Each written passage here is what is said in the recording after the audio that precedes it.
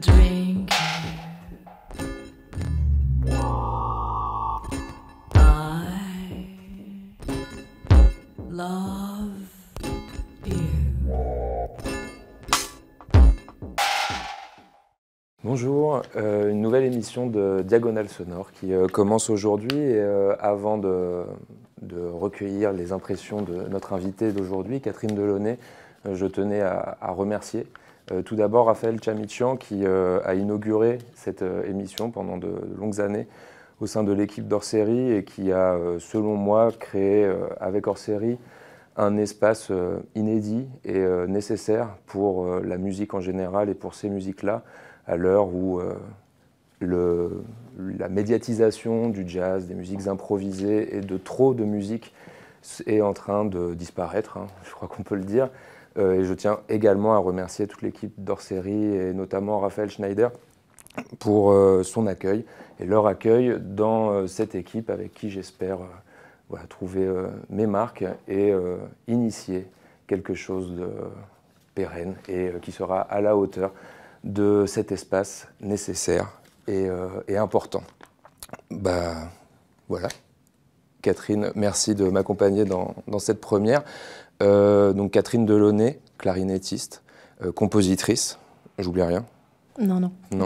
On va, pendant l'heure 20 qui arrive, on va tous les deux te faire écouter différents morceaux. C'est le jeu du blind test.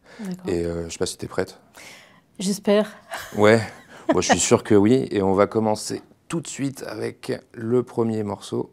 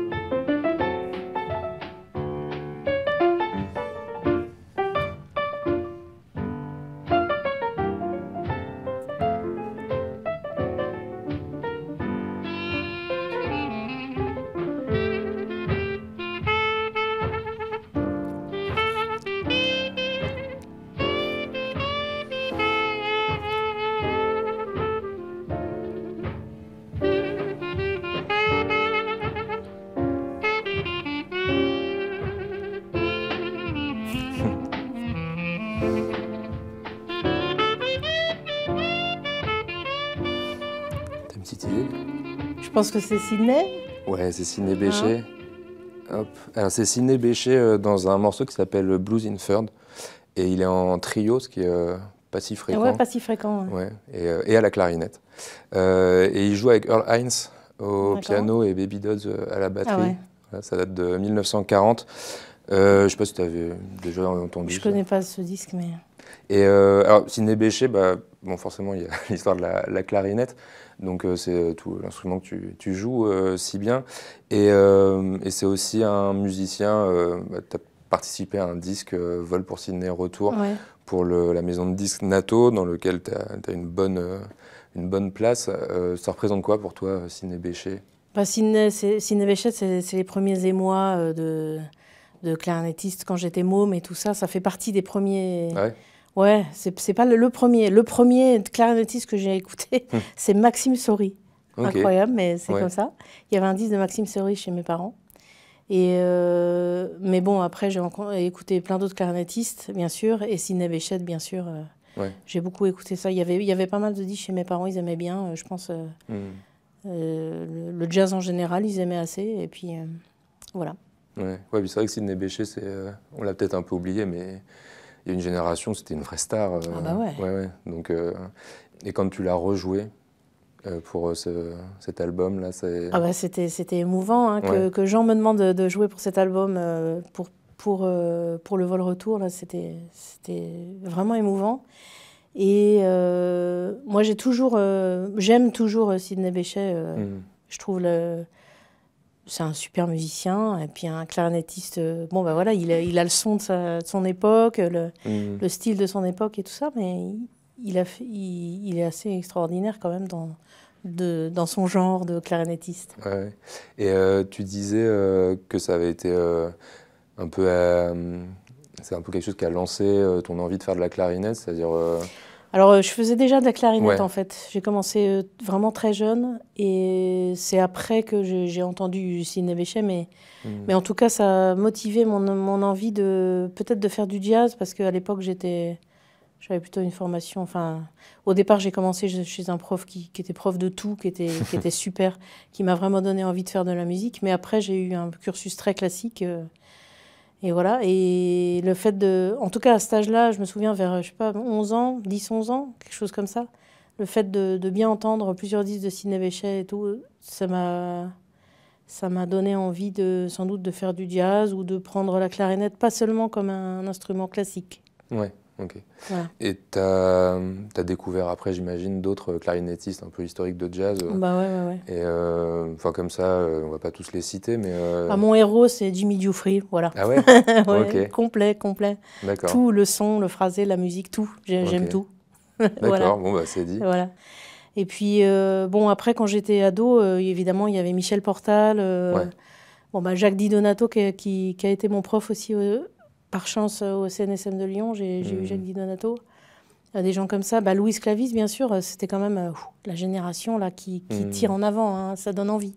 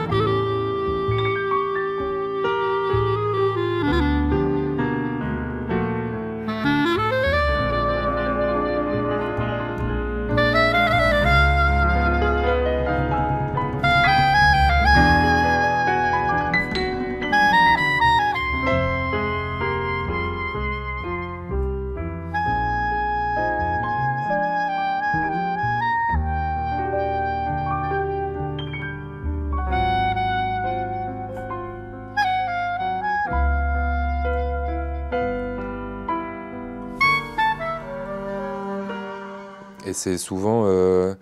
Enfin, je pense par exemple là à Jazz Magazine, Jazz News qui chaque année fait la liste des musiciens, etc. Et la clarinette n'a pas le droit à sa catégorie. Vous êtes flûte clarinette. Ouais. Et tu as le sentiment que c'est un instrument vous êtes moins nombreux que d'autres. Enfin, peut-être, ouais. On est peut-être, on est peut-être moins nombreux. Je sais pas, mais de toute façon cette histoire enfin, je voudrais pas médire. Je suis très contente d'avoir été élue. Meilleur clarinettiste, mais de quoi, de où, de qui, de comment, ça me fait plutôt rigoler. Enfin, sur quels critères, je ne sais pas très bien. Bon, enfin bon, c'est sympa, merci beaucoup. Non, c'est les limites de ce genre de liste, c'est sûr. Ouais, voilà. Et Sidney Bechet, pour moi, c'est aussi une citation qu'il a faite, alors que je vais lire, parce qu'on ne va pas non plus mal citer Sidney Bechet, mais à un moment, il dit, dans son autobiographie, donc, en anglais, qui s'appelle Treat It Gentle, Ma vie en musique, dans la traduction française, il dit « Mais vous savez, aucune musique n'est ma musique. Elle appartient à qui peut la sentir. Vous êtes ici, eh bien, si c'est de la musique, vous la sentez. Alors, c'est la vôtre aussi. Vous devez être dans le soleil pour sentir le soleil. » Alors, j'imagine, tu vois à peu près où je veux t'emmener, mais c'est ma musique, c'est quelque chose qu'on entend beaucoup. Ouais. Et qu'est-ce que ça t'évoque, toi, ce que dit Sidney Bechet il y a maintenant quelques décennies? Moi, je trouve qu'il a complètement raison. Hein. Il n'y a pas ma musique, il n'y a pas mon public, il n'y a pas rien. Tous les gens, ils sont différents et ils reçoivent, même suivant les moments de leur vie ou quoi, on reçoit la musique différemment. Moi-même, parfois, je n'ai pas du tout envie d'écouter de la musique. Je ne suis pas du tout disponible pour ça. Et puis parfois, si, j'ai envie. Et puis voilà. Et puis par rapport à ça... je crois pas on écrit des choses. Moi-même, je me sens pas vraiment compositrice. Je me sens plus, j'écris des choses, des traces, des thèmes, des mélodies qui me plaisent, etc. Par rapport aux musiciens avec qui je travaille, j'ai toujours envie qu'ils s'en emparent et qu'ils en fassent ce qu'ils ont envie. C'est ce qui me plaît le plus. Et quand je la joue devant des gens, du public et tout, ce qui est chouette, c'est de voir justement la manière dont les gens il s'empare de ta musique, en fait, il la ressent, voilà. Et dernière question sur cet enregistrement, c'est donc on est en trio, on y reviendra, toi tu as joué dans quelques trios, et on a Baby Dodds et Earl Hines, donc c'est vraiment toute l'histoire du jazz et des gens qui ont joué avec Louis Armstrong, pour ne citer que lui. Toi, ton rapport à cette... grande histoire là, du jazz, c'est... Moi, j'adore, j'aime beaucoup écouter du jazz des débuts, et ça me plaît, j'adore écouter tout ça, j'ai beaucoup de disques de ça, j'écoute beaucoup ça, et puis j'essaye même avec un groupe qui s'appelle la Guinguette à Pépé. Ouais. On a pris quelques thèmes comme ça de swing et tout qu'on essaye de jouer à notre manière justement. Et voilà, c'est de la musique qui me plaît, je trouve ça super beau, il y a des belles mélodies, souvent les harmonies elles sont pas forcément si simples qu'on croit et c'est super beau. Il y a souvent des petites subtilités, les mélodies elles sont souvent sculptées, c'est parfait. C'est beau, quoi. Même si c'est des mélodies souvent jouées aux instruments, on peut aussi les chanter. Quand on les chante, on voit que c'est de la belle mélodie.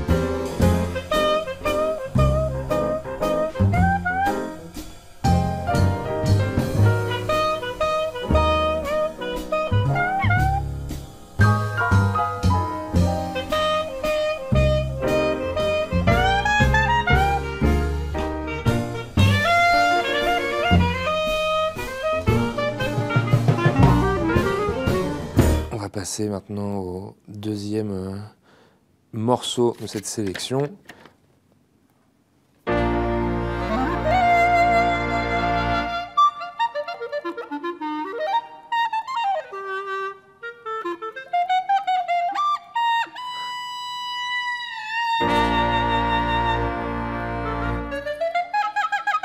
C'est qui déjà? C'est beaucoup moins ancien, là, c'est années 90.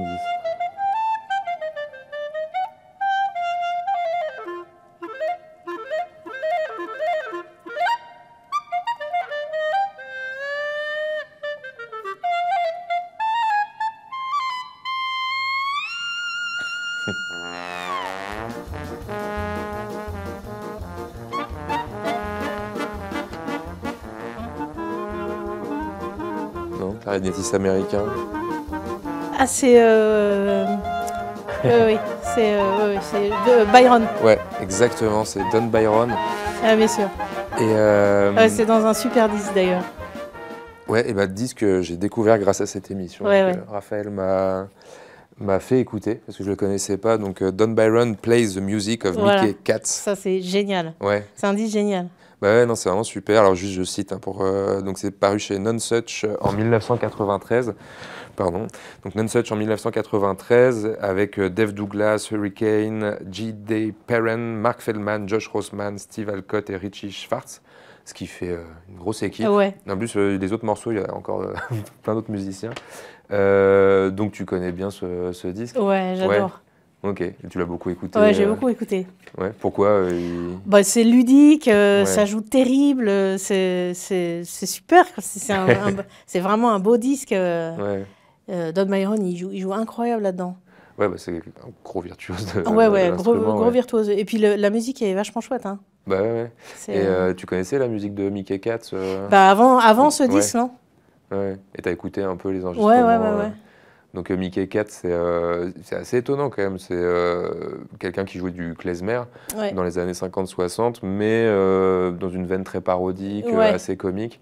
Et ça, bon, j'avais une question pour toi. Bah, à partir de cet enregistrement, c'est cette dimension de l'humour qu'on retrouvait dans les enregistrements, dans les disques, pas mal à l'époque, et que Don Byron reprend là. On ne peut pas dire que ce soit la valeur la plus mise en avant dans le jazz contemporain, Ouais. une sorte de musique. Est-ce que tu as le sentiment parfois qu'il y a un esprit de sérieux un peu fort Ouais, dans la c'est sûr musique? que d'une manière générale, peut-être on se prend un petit peu trop au sérieux. Ouais. Ouais, peut-être bien, ouais. Mais on a une petite tendance à se prendre un petit peu trop au sérieux, peut-être en France notamment. Je dis ça parce que je travaille beaucoup avec des musiciens d'autres pays. endroits, d'autres pays, et notamment en Europe, soit des Suisses, soit des Allemands, soit des Belges. Et ils nous prennent un peu pour des gros prétentieux quand même. Ah ouais? Ouais. Et je comprends qu'ils disent ça, même si les gens, c'est pas forcément, ils veulent pas être forcément prétentieux. C'est peut-être juste, je sais pas, un petit manque de reconnaissance ou quoi. Mais en tout cas, j'ai remarqué que en Europe du Nord notamment, les gens ils se prennent moins au sérieux que nous. Et c'est pas plus mal, ma foi, Ouais. je trouve. Bah oui, c'est...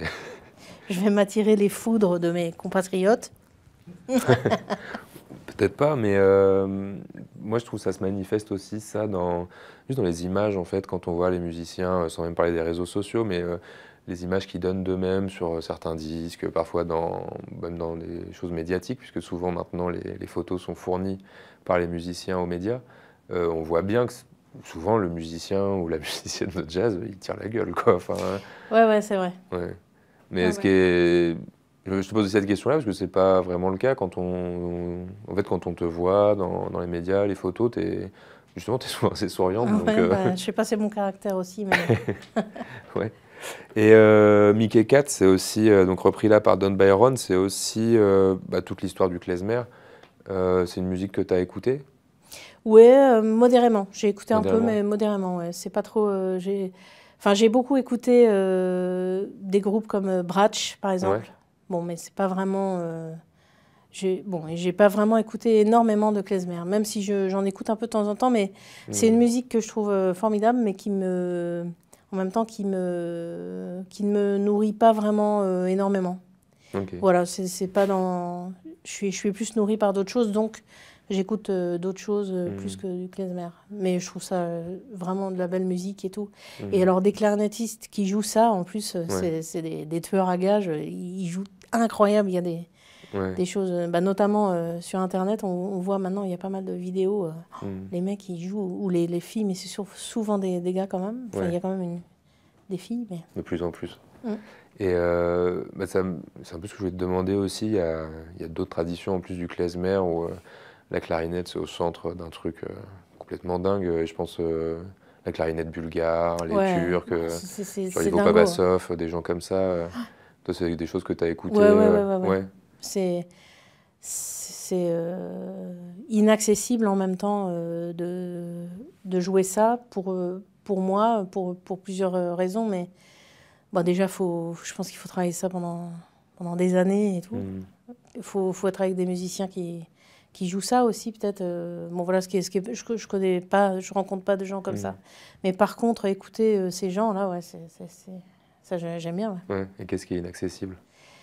Ce serait le travail d'une vie, ou en tout cas d'un bout de vie de faire ça, de jouer ça. C'est-à-dire techniquement? Ah ouais, techniquement, c'est redoutable. Ok. Sur des questions d'instruments? Ouais. Et tu as un exemple, par exemple, de ce qui est inaccessible? Tu vois, ils font des ornementations, ils font il y a beaucoup d'ornementations au quart de ton, demi-ton, etc. Qui sont vraiment très spécifiques et très, très loin de ce qu'on travaille, y compris en musique contemporaine et tout. Enfin, surtout, c'est pas du tout le même usage. Dans ces musiques-là, il y a des tas de techniques qui sont vraiment spéciales à cette musique et qui demandent à être travaillées, mais comme un fou, quoi, pour y arriver. Je donne un exemple qui n'a pas grand-chose à voir, mais quand même un peu. Depuis quelque temps, je fais un quartet qui s'appelle le Quartet Entre les Terres, où j'ai la chance de faire beaucoup de mélodies à l'unisson avec Jackie Mollard, qui est lui aussi un grand monsieur du violon venu de Bretagne. Mais justement, Jackie, il a beaucoup travaillé avec des Bulgares, avec des Turcs, etc. Donc dans sa musique, souvent, il y a des choses qui reviennent un petit peu dans ses compositions, il y a des choses qui reviennent de ces musiques-là. Et à chaque fois au début, je lui ai dit, attends, tu vas tout me jouer lentement, très lentement et tout ça, pour que je repique exactement toutes ces ornementations qui sont vraiment différentes. Bon, il les fait bouger à chaque fois, mais il y en a quelques-unes qui sont pérennes, qui sont toujours les mêmes. Et donc, j'ai travaillé ça exprès, mais ça m'a demandé un temps fou de faire vraiment bien comme lui, quoi. Ça m'a demandé beaucoup de temps. Mais c'est passionnant, hein. Mais il faudrait faire ça tout le temps, pendant plusieurs années pour arriver à jouer comme eux. Voilà.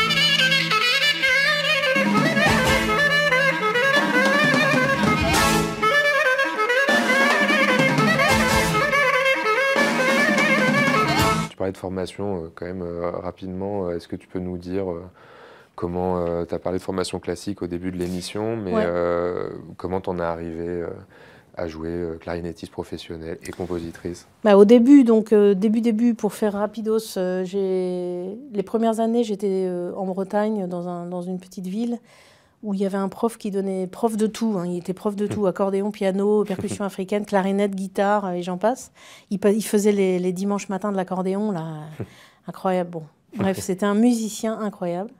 Qui s'appelait comment? Il s'appelle Patrick Gégaud. Okay. Et donc, c'est chez lui que j'ai commencé. Et lui, il avait un caractère de cochon, mais il avait une qualité énorme, c'est qu'il donnait envie de faire de la musique. Et ça, c'était vraiment bien pour moi, parce que je crois que j'étais pas trop scolaire dans l'esprit. Et je suis pas sûre que j'aurais survécu à 2 ans de solfège dans une petite école de musique, etc. C'est pas sûr. Donc heureusement, je suis tombée sur lui. Et voilà. Après, ado, j'ai voulu faire...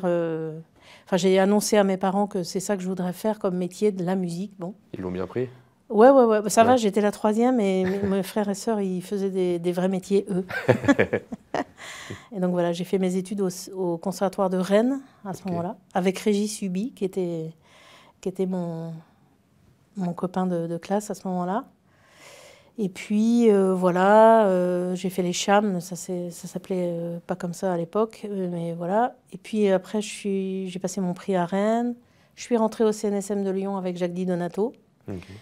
Et là, tout de suite, après 1 an, je lui ai dit, bon, moi, c'est bien joli tout ça, mais je veux faire cette formation, mais je ne veux pas faire d'orchestre classique. J'avais eu des déboires, ça me plaisait pas, je savais que je ne serais pas heureuse dans ce métier. Et donc, il m'a dit, pas de problème. Et en fait, j'ai tout de suite rencontré Laurent Dehors, qui montait son premier Tous dehors à l'époque, en 92. Un autre clarinettiste. Comme ça. Un autre clarinettiste, donc. Et j'ai fait Tous dehors pendant plus de 20 ans. Et là, Laurent, il a été super chouette. Dès qu'il ne pouvait pas faire un projet, qui devait se faire remplacer, souvent il m'appelait. Donc j'ai moi-même rencontré d'autres musiciens, etc., jusqu'aux années 2005, on va dire, par là, où j'ai commencé à faire aussi mes propres projets, etc. Voilà. Okay. Et alors juste parce qu'on en a parlé, Entre les terres, il y a eu un disque il n'y a pas longtemps, je crois l'an dernier, chez Émouvance, voilà. Qui est superbe. Donc voilà, je fais un peu de promo de ce disque-là aussi. Avant de passer à l'écoute du 3e extrait, je pense, si j'ai bien compris, que ça va être peut-être le plus dur pour toi. Mais bon, on va quand même essayer d'en faire quelque chose.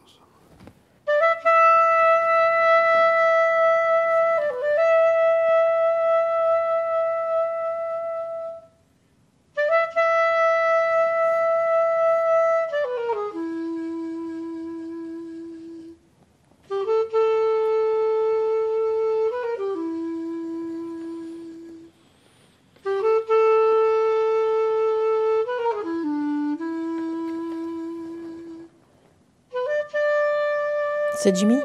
Ouais. Jimmy Giuffry, dans un de ses albums peut-être les plus connus, qui est Fusion, donc le trio de 61, hop là. Et avec Paul Bley et Steve Swallow. C'était pas extrêmement original, mais ce trio, j'imagine tu l'as beaucoup écouté. Bah oui, énormément. Ouais. Et là, j'entame... je commence à écrire la musique et Bruno Roder aussi. On entame un trio avec Sarah Murcia, Bruno Roder et moi, donc un peu dirigé au niveau, en tout cas, de l'esprit vers ce trio. Ok. Vous allez reprendre des thèmes ou Non, je pense qu'on va tout écrire. Peut-être qu'on va reprendre un thème ou deux de lui. Je ne sais pas encore. On n'est pas encore tout à fait fixé, mais voilà. On a envie de faire ça, on s'y met. Et alors Jimmy Giuffry, c'est quand même toujours bien d'en parler parce que c'est une espèce de personnage central dans la musique jazz, musique improvisée, mais qui reste assez méconnu quand même du grand public. Ouais. Alors qu'il y a beaucoup de musiciens qui en parlent malgré tout. Toi, comment il t'a influencé en fait ce musicien-là? Qu'est-ce que ça représente pour toi? Bah pour moi, pour la clarinette en tout cas, c'est vraiment... à mon avis, c'est le musicien qu'il faut écouter.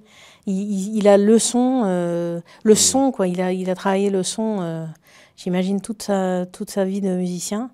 Et pour moi, c'est vraiment un élément des plus importants, je trouve.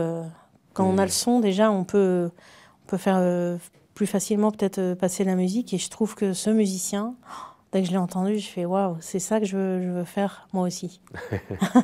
Ok. Et il y a aussi tout ce qu'on appelait parfois le troisième courant, là, le third stream, donc cette idée du jazz qui va vers des formes plus classiques, contemporains. Alors bon, peut-être que là je généralise carrément à outrance, mais le sentiment que j'ai, c'est qu'il a été très influent aussi de ce point de vue-là. Quand on écoute beaucoup de formations aujourd'hui, cette dimension-là, elle est très très forte. C'est sûr. Aussi l'effacement de la pulsation, très fréquemment. Enfin, c'est quelque chose que tu ressens aussi. C'est-à-dire que c'est un des pionniers un peu de ça aussi. Ouais, je pense. Ouais. Et puis et de ce fait, c'est quelque chose qui m'a beaucoup influencé moi aussi. Et je me suis dit, tiens, en plus, avec la formation que j'ai eue, c'est vraiment pas inintéressant d'aller voir de ce côté-là de la rivière pour voir comment il fait avec tout ça, lui. Et comment il fait? Eh ben, juste tout ce que tu viens de dire, c'est se placer avec... il a toute la culture jazz, tout le swing, même si c'est pas tout à fait apparent à des moments dans la musique, mais en fait c'est là à l'intérieur et il traverse tout. C'est un peu comme le Billie Holiday de la clarinette, quoi.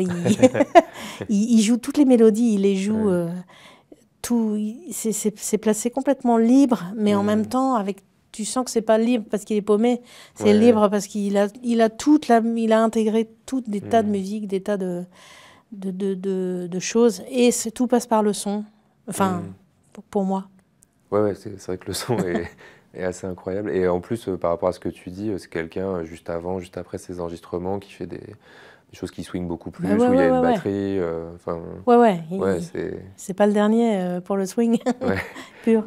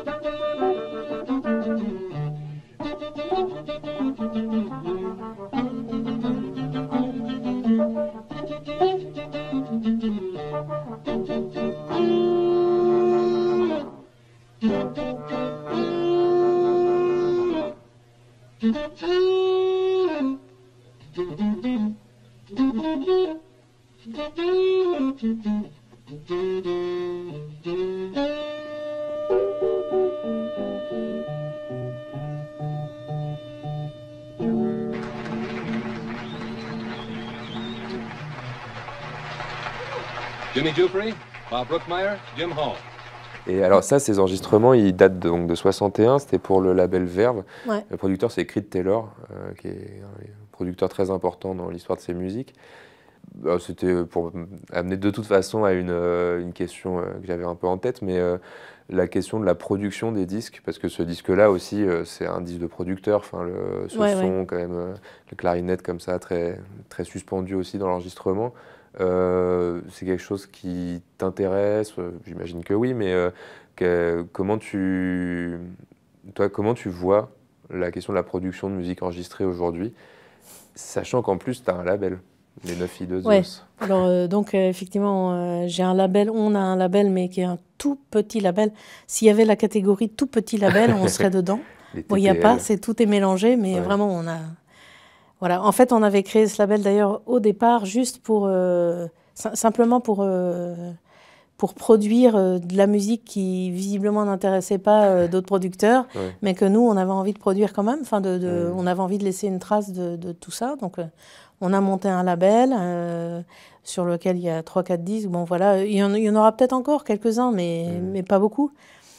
Et voilà, ça, c'était le point de départ pour monter ce label. Mais après, j'ai eu l'occasion de travailler avec d'autres labels. Et bien sûr, j'ai eu la chance d'être sollicitée par Jean Rochard du label Nato, de la maison de disques Nato. Et alors là, c'est un travail tout à fait différent. Et surtout, Jean Rochard, il est vraiment très spécifique de son espèce, puisqu'il produit vraiment des choses qu'il a envie d'entendre. Il ne dit pas, on ne peut pas lui dire allô Jean, tiens, j'ai envie de faire un trio avec machin, est-ce que ça t'intéresse de produire ça? C'est pas du tout ça qu'il fait. Lui, il produit de la musique, il produit des disques avec des gens c'est lui qui donne l'idée un peu des groupes qui vont se faire. C'est un peu ça. Et c'est vachement intéressant. Et il a à son actif vraiment une sacrée collection magnifique. Il a été reçu par Raphaël dans sa diagonale sonore. Donc, je vous invite à revoir cette émission. Et maintenant, nouvel extrait musical. Hop. On sort des clarinettes cette fois-ci.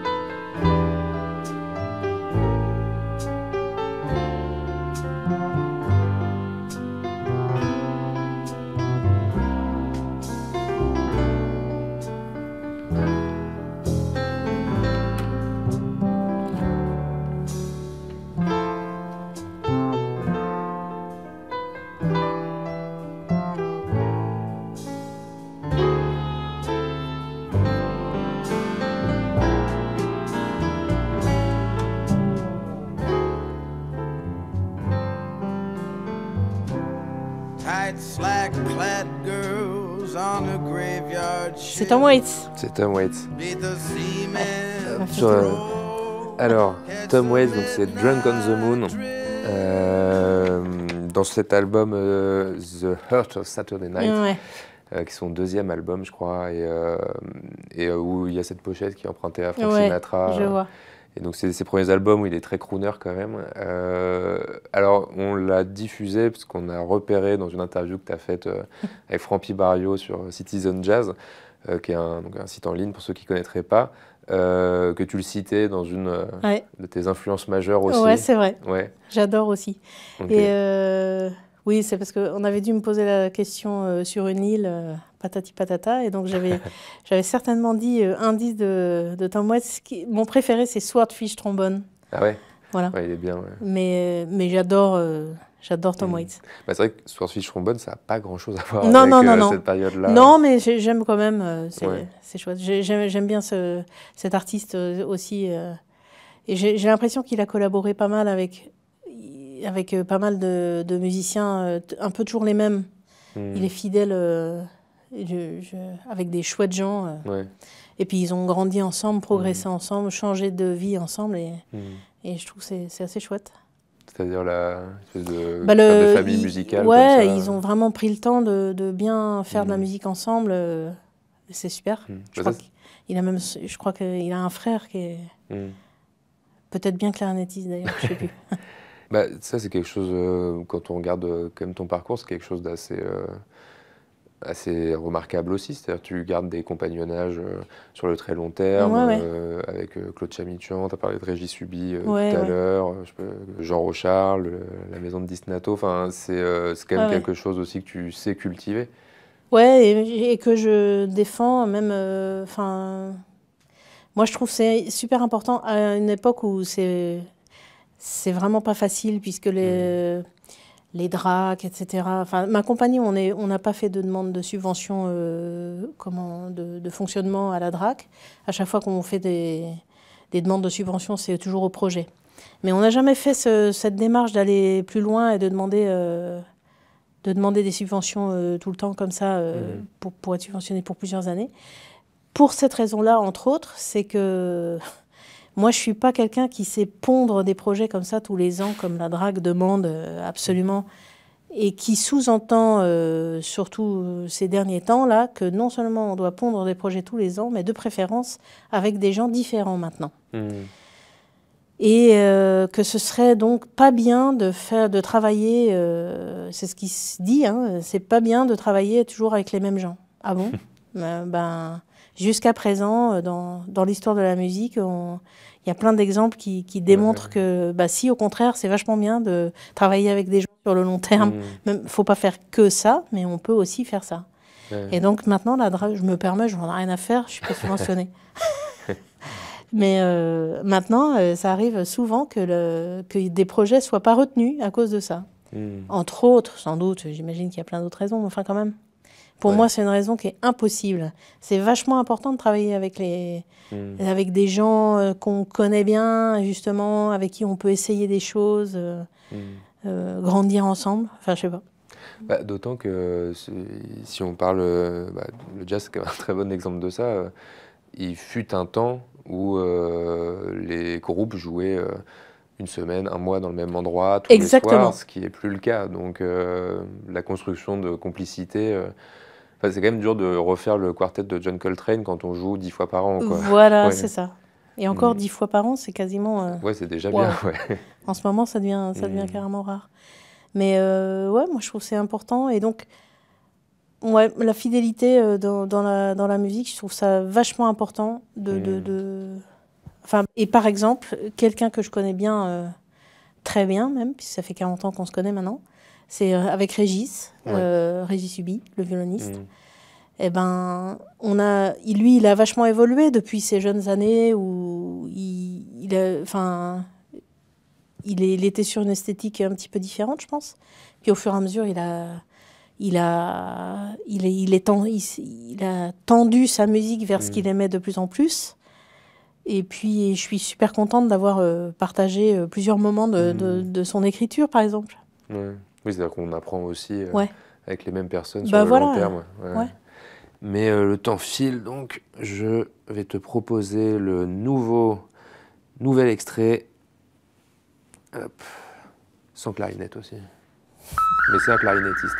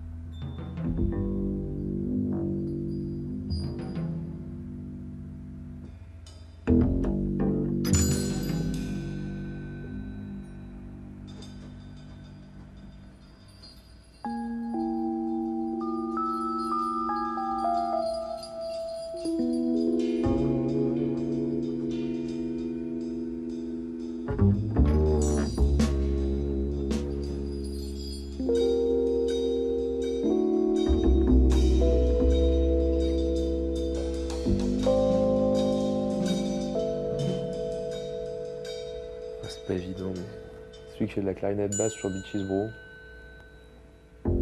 Non. C'est Benny Maupin. Ah ouais, non, je connais pas. Hélas. Ou alors, trop bien. C'est toujours bien de... Moi, j'adore quand je connais pas, je me dis, ouais, chouette.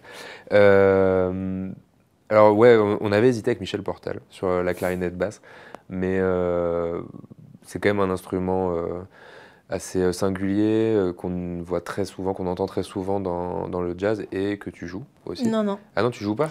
Moi, ce dont je joue, c'est le corde-basset. Ok. Et justement parce que, enfin, pour plein de raisons, mais quand j'ai fait mes études au CNSM à Lyon, là,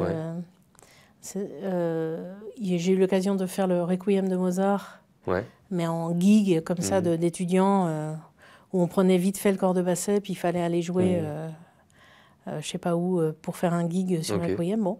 Et puis, et en fait, j'ai trouvé ça génial comme instrument, mais j'ai vu qu'il fallait travailler parce que c'est en fa et c'est extrêmement perturbant quand on est clarinettiste. Et donc, on appelle la boîte à canard chez les clarinettistes, mais à cause de ça aussi. Et puis, à l'époque, je faisais un peu de clarinette basse quand même. Et puis, finalement, je n'arrivais pas à faire les deux, corde-basset et clarinette basse, même si ça se ressemble un petit peu, en tout cas physiquement, on dirait une petite basse et tout. Mais c'est quand même pas le même timbre. Et donc, j'ai choisi mon camp et j'ai revendu ma basse et j'ai joué que du corde-basset. Ce qui n'est pas fréquent, non Non, mais en fait, je suis très contente d'avoir fait ce choix, notamment pour jouer avec des chanteurs hommes. Parce que ça marche super bien avec les voix d'hommes, notamment. Et comme je travaille beaucoup donc avec Olivier Thomas, notamment pour ça, depuis 20 ans, là, on est hyper content. À chaque fois que je joue le corde-basset, ça marche vraiment super bien.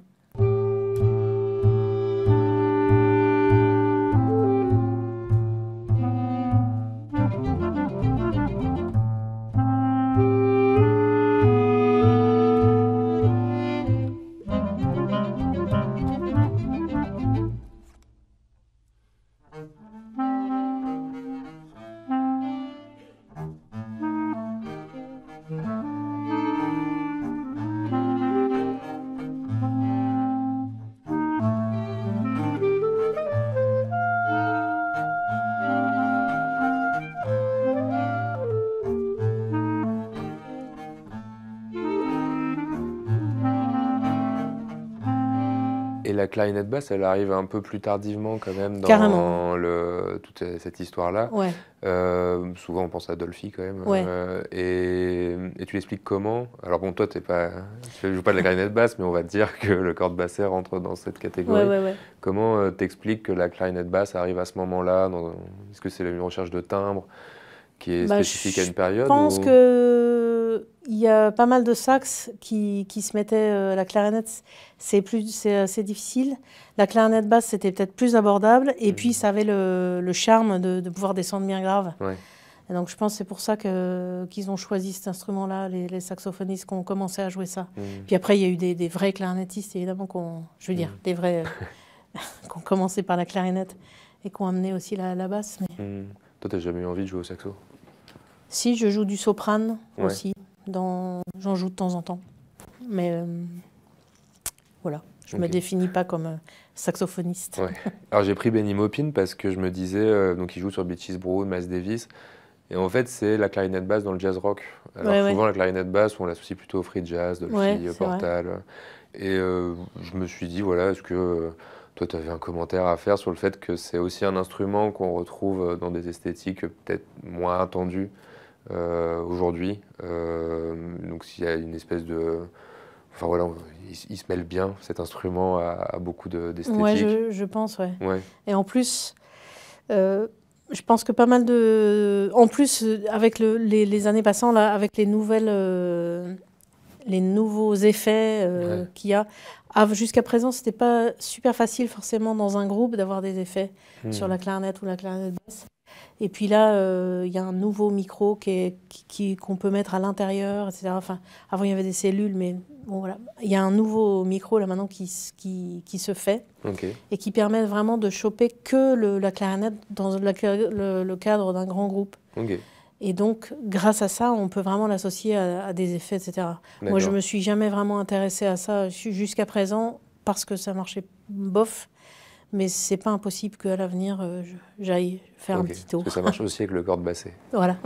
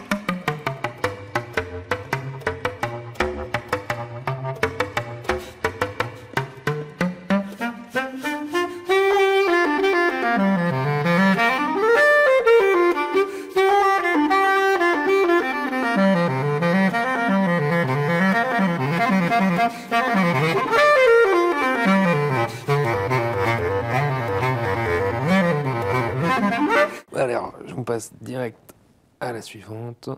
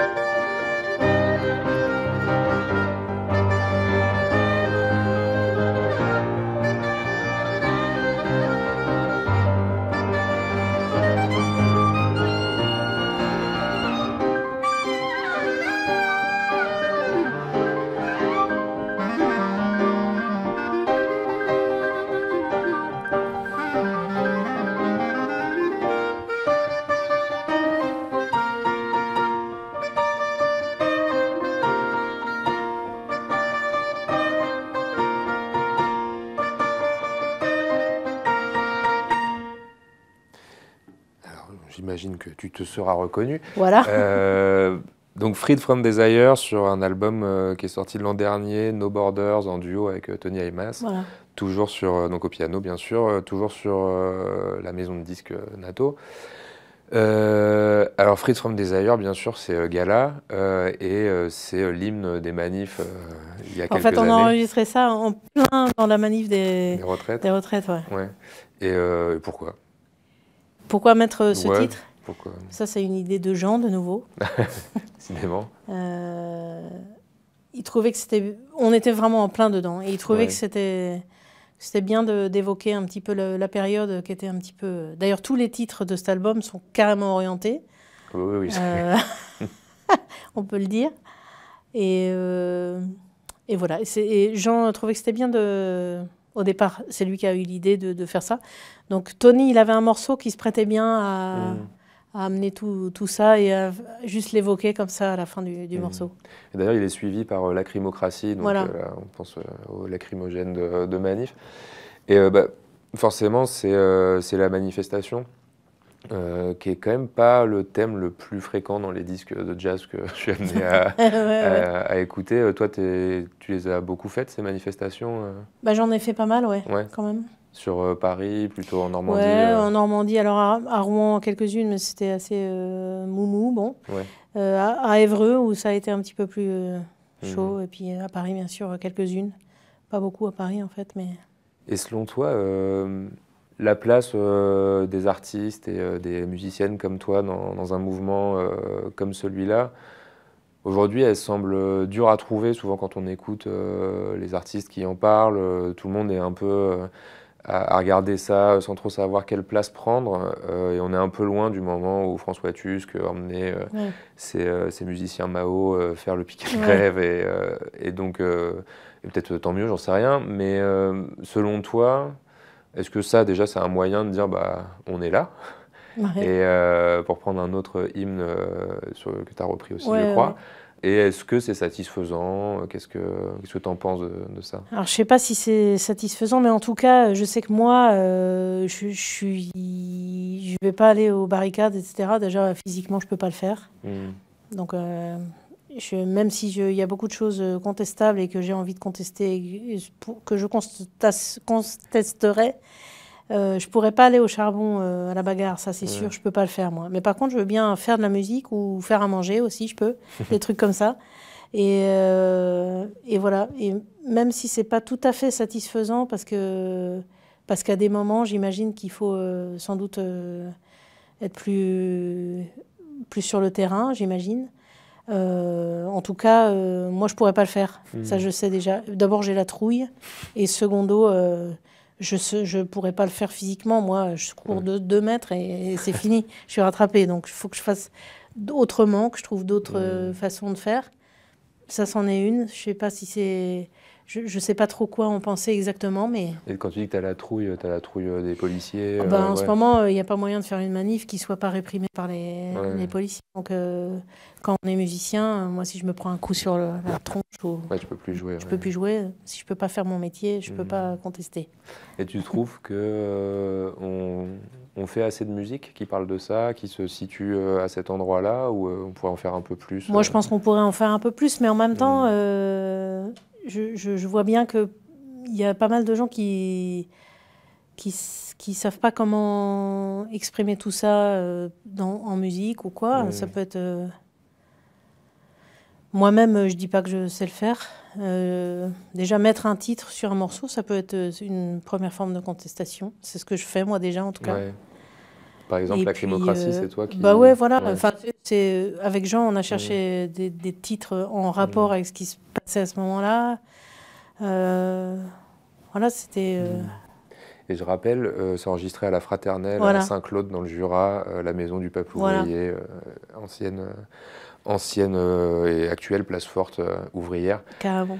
Alors là, j'ai une autre question peut-être sur l'actualité aussi, un peu politique comme ça, de la musique, mais j'imagine que tu as vu ce qui se passait dans les Pays de la Loire et de plus en plus un peu partout avec la suppression de 73% du budget de la culture par Christelle Morancé, la présidente de la région, culture mais aussi sport et économie sociale et solidaire.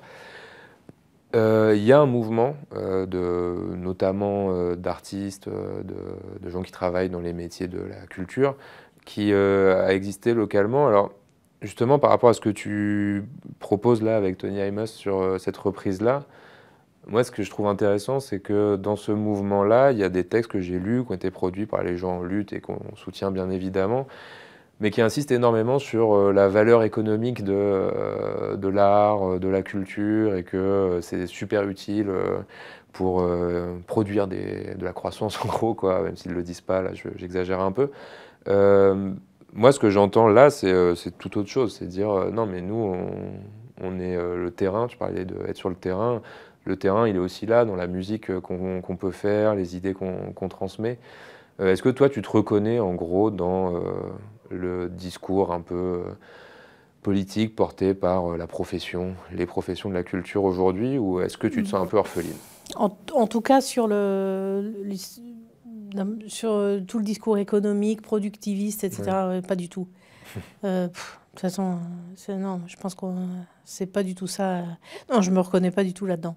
Et pas vraiment orpheline, parce que je pense qu'on est pas mal à pas se reconnaître là-dedans, finalement. Mais je vois que pour l'instant, le bateau coule un peu, et il y a des gens qui essayent encore d'avoir encore des aides à droite à gauche qui vont être utiles, j'en suis sûre, mais en tout cas, moi, je me sens pas là-dedans. Pardon. Je me sens pas du tout là-dedans, ça c'est sûr. Et quand tu dis le bateau coule? Je pense que là, il va falloir qu'on trouve d'autres moyens pour s'en sortir et diffuser les musiques enfin, transmettre les musiques qu'on joue, qu'on fait, qu'on écrit. Il va très vite, là, je pense que sans vouloir être pessimiste, il va falloir trouver d'autres moyens de jouer cette musique-là et voilà. C'est-à-dire que tu penses qu'elle est un peu menacée dans son organisation actuelle? Je pense que c'est menacé. L'organisation actuelle est très menacée, ça c'est sûr. Les subventions, tu n'imagines pas qu'elles durent encore très longtemps? Non, j'y crois pas des masses, mais peut-être je me trompe, j'espère. Ouais. Enfin, je sais pas si j'espère, mais en tout cas, peut-être je me trompe. Bon, il y aura peut-être d'autres manifs voilà. et d'autres reprises à faire. Bah, merci beaucoup, Catherine. Avec plaisir. On se quitte sur ces mots optimistes, finalement, moi, je trouve. Ouais. Non, mais parce qu'être obligé de lutter, c'est... J'avais un super copain libraire qui est mort, hélas, depuis, mais qui était à Tulle, et qui disait, il disait ça il y a 4 ou 5 ans maintenant, 5-6 ans peut-être maintenant. Il disait c'est l'éclipse qui commence, mais pendant l'éclipse, ça grouille et il se passe plein de trucs en dessous. Et j'adorais cette métaphore. Il faut se dépêcher de grouiller. Voilà. Voilà, il y a que ça à faire. Et merci à toi, Catherine, pour cet échange. Et puis on se retrouve sur les disques, sur scène, avec tout ce qu'on a évoqué pendant cet entretien. Et puis pour tout le monde, on se retrouve bientôt sur Diagonale Sonore pour de nouveaux blind tests et de nouveaux entretiens. Au revoir.